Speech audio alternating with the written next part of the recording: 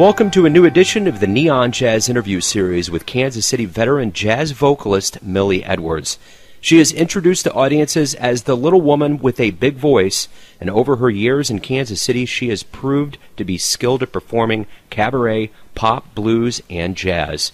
She performs regularly as a solo act at the Phoenix downtown and is always glad to be a part of the Kansas City Jazz Mix. We spoke to her about her career, what's on the horizon, what's been going on, and so much more in between. So please get to know Millie and dig this interview, my friends. Okay, Millie, thank you for taking a minute out for Neon Jazz. I appreciate it. Quite all right. What kind of CD projects do you have, or any recording projects that might be on the horizon? I'm looking at a CD, but I'm looking at, I don't know if I want to take show tunes or contemporary tunes and put a jazz spin on it. So that's the project that I'm kind of investigating now, because for years I've done traditional standard jazz. Because the improvisation piece is so much a part of jazz, I'd like to look at a variety of genres of music and take it to another level. So that's what I'm working on right now. Talk to me about the beginnings of your life. You're born and raised in Kansas City? No, I was born in Moundville, Alabama, and my dad was in the service. I stayed in Moundville with my grandmother for a while until my mom and dad could get settled in Independence, Missouri, which is where I was raised and where I grew up, and I played piano. I started playing piano at 4, and then I played viola at 12, and I thought I would be a classical performer after seeing Van Cliburn, and I got to college and I needed extra money, and I said, well, if all these people are singing and playing the piano, I can do that. So I bought every songbook I could, and I started singing and playing and decided I wanted to be a vocalist, that I did not want to be a concert pianist.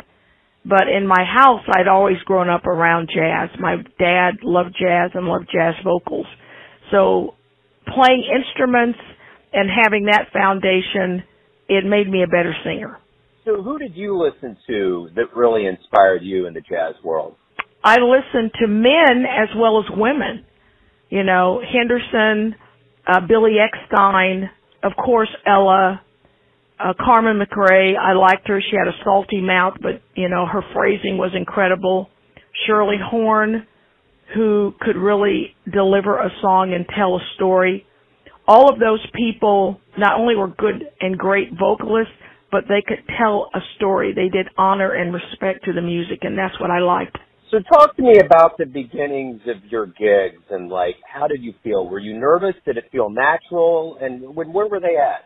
In Kansas City, I played every venue possible. To this day, I still get nervous before I perform. The same way I feel today is the same way I felt then, except I'm older, and experience helps you with the nerves. You wonder what your audience is going to be like. You wonder if they're going to be accepting. You wonder if they're going to listen. You wonder if your selection is a good selection. But you want to have a big enough variety of music that if you see the crowd's not responding to a certain tune, you can pull from another tune. You're hoping that that night your voice is in good shape and that you can deliver the words well and tell the story, do honor to the composer. You wonder how loud it's going to be in the room. You wonder if you're going to have somebody that wants to talk to you and be positive, or talk to you and be negative, and hope you can handle that in a professional manner and not offend the people in the audience. I've never been one to tell people not to talk, not to listen, not to interact with each other, to give me their undivided attention. I've never been that person, because I think people, when they're out, they can multitask, and if they're hearing something they like, they will stop talking and they will respond. But all those things go through your head before the gig starts, and it continues to go through your head as the gig is happening.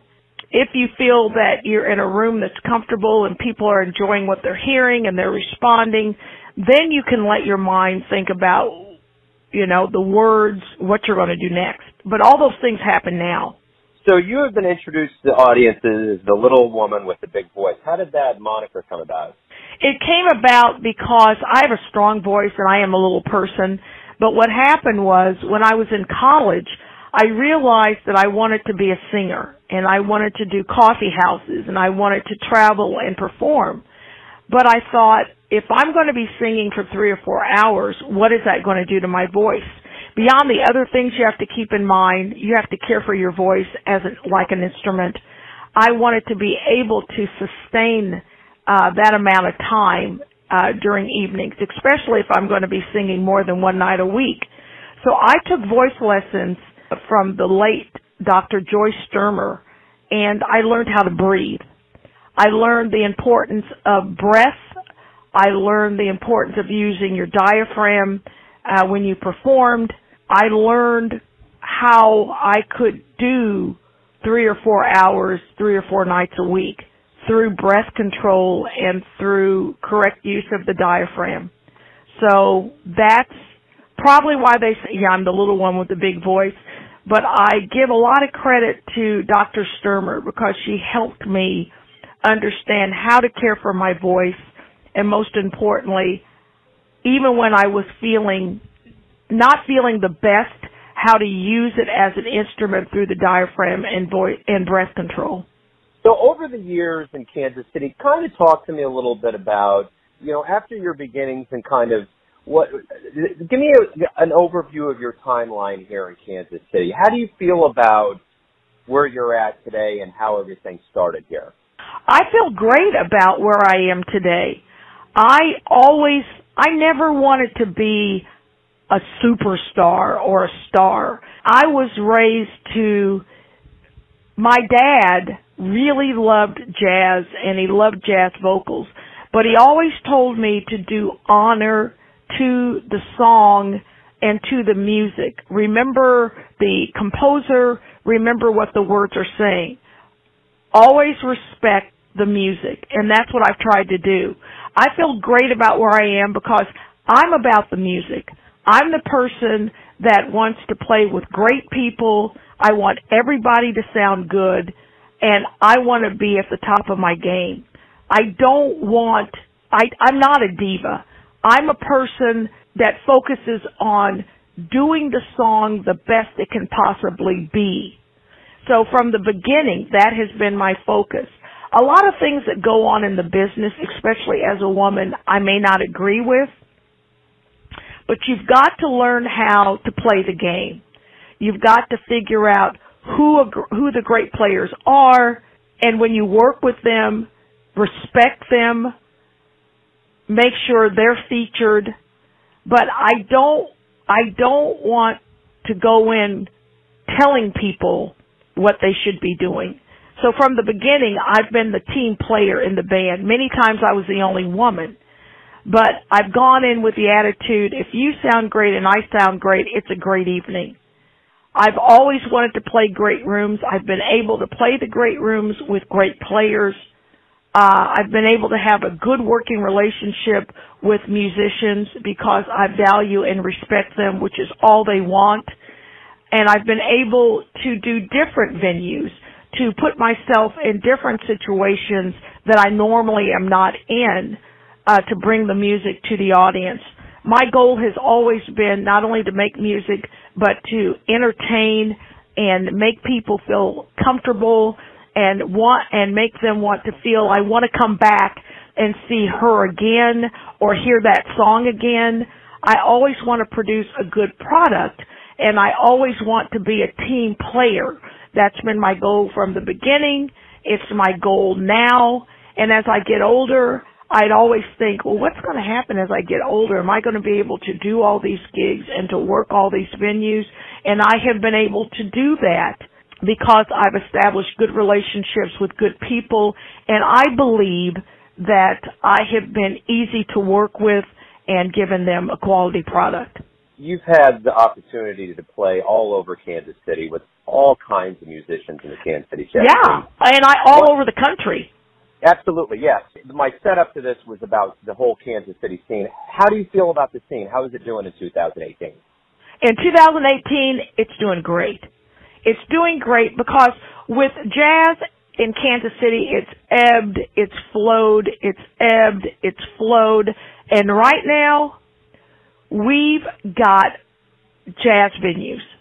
We've got Vine, which is trying to come back and be the Mecca and be the center, and they are working on fixing that. But we still have the Blue Room. We still have the Foundation. We have the Green Lady. We have the Black Dolphin. We have Majestic. We have the Phoenix. And it has eclectic music on some nights, but it has jazz, traditional jazz, contemporary jazz. We have the Embassy. The Ambassador, and that's downtown. We also have Sullivan's. We also have Eddie V's. We also have Intercontinental. We also have Chaz. We have, and if I've forgotten venues, I do apologize, because we have a lot, which excites me, of venues for jazz. Just recently, B&B Theaters, they opened up music rooms where people can come and hear jazz. Mr. Bagsby has designed a room where people can come and hear jazz before and after the movies. And if they don't want to see a movie, they can just come hear jazz. There are a lot of venues and a lot of places to play in this city. And the thing that I like is businesses are willing to open up to jazz if they're not playing it. And then, if that's not enough, we have churches that have jazz Sundays or jazz evenings. Tim Whitmer's had spirituality and all that jazz for over 20 years at Unity on the Plaza. There are a lot of venues to hear jazz. And to me, that is positive. That is uplifting. That is helping with the longevity and the history of the art form. What's the best thing to you about Kansas City? The best thing to me, and I've traveled, in my 25 years I was with AT&T, I traveled a lot and visited a lot of jazz venues and performed at a lot with the company's assistance. But the thing I like about Kansas City is we have everything every place else has on a smaller scale. I love the fact I don't have to deal with the traffic that they have to deal with in major cities. I love the fact that I can get to any of my gigs within a half an hour. I love the fact that we have a lot of jazz venues, and a lot of them don't have a door charge. You can get in and hear good music for free, for buying a drink, tipping the waiter or waitresses. I love the fact that we have a great music scene, and I love the fact that it's a livable city. It's cost-effective for the people that live here, but most importantly that we have everything that every place else has on a smaller scale. So you're a teacher, and yes. I want to know, what is your philosophy as a teacher? What are you trying to give students?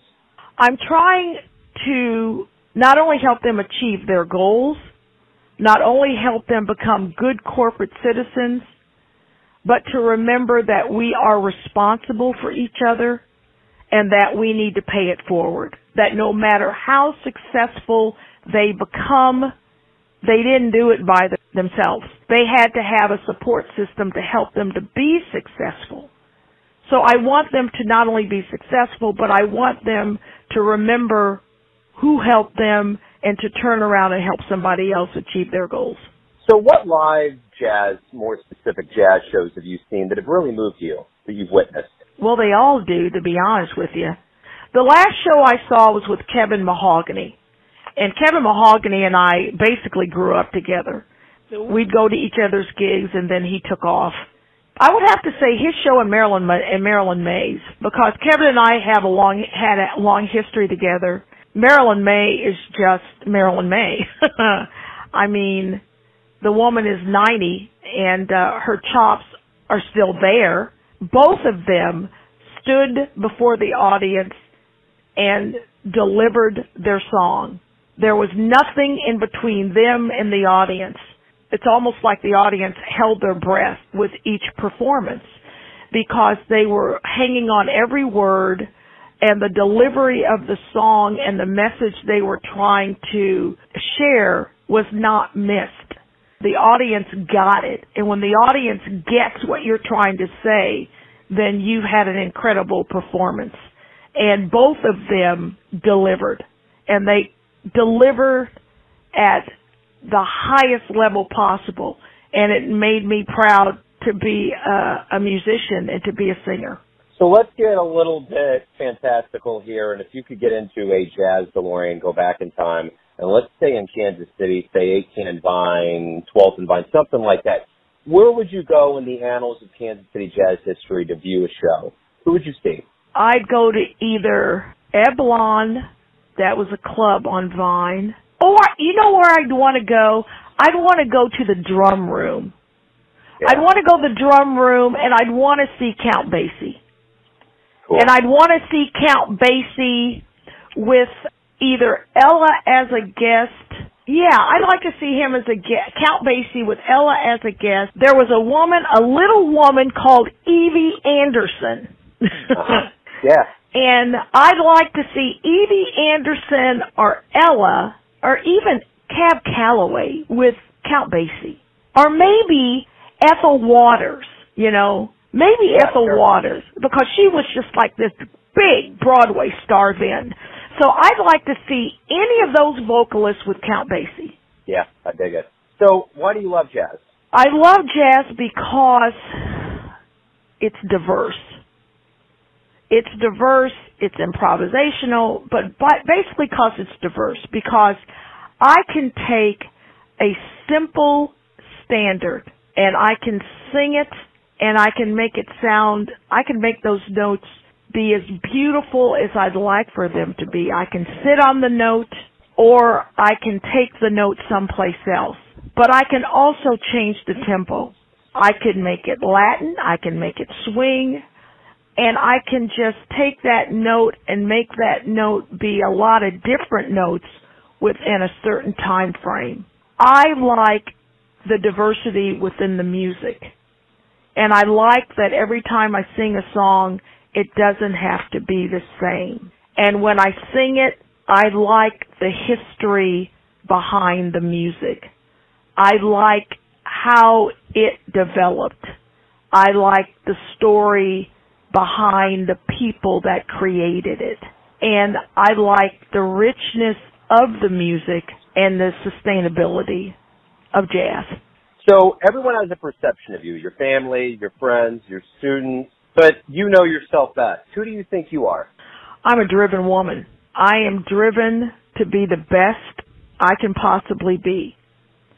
I accept my frailties. I accept my weaknesses, but I not only want to be the best I can possibly be, I want to help other people be the best they can possibly be. I'm driven. Yeah. I'm absolutely driven. I can hear that. Absolutely. Millie, thank you for taking a minute out for Neon Jazz, opening up about your life, and thank you for what you give to Kansas City. Thank you very much for calling me. I am so honored. Thanks for listening and tuning in to yet another Neon Jazz interview, where we give you a bit of insight into the finest vocalists and jazz players in Kansas City and spots all over the world, giving fans all that jazz. And thanks to Millie for her class, her time, and her music. If you want to hear more interviews, go to Famous Interviews with Joe Domino on the iTunes Store. Visit neonjazz at youtube.com. And for everything Neon Jazz, go to the neonjazz.blogspot.com. Until next time, enjoy the jazz, my friends.